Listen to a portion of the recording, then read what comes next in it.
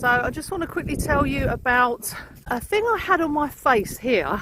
It got so big I could actually see it out of my eye. It was distracting me. I just started blowing the area. What I did was I put a little blob of castor oil on, organic castor oil, and I used the wand for 1 minute every morning and every night.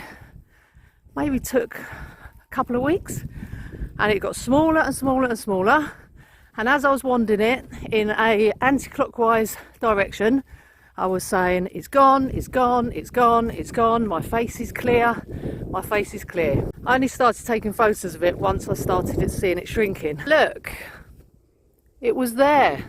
Don't know if you can see. There's like a kind of lighter patch where it was. I'm really happy with it because I don't need to put concealer on now, because I was literally having to put concealer over it to disguise it, and it was horrible. So there you go, another amazing testimonial of what the iTeracare wand can do.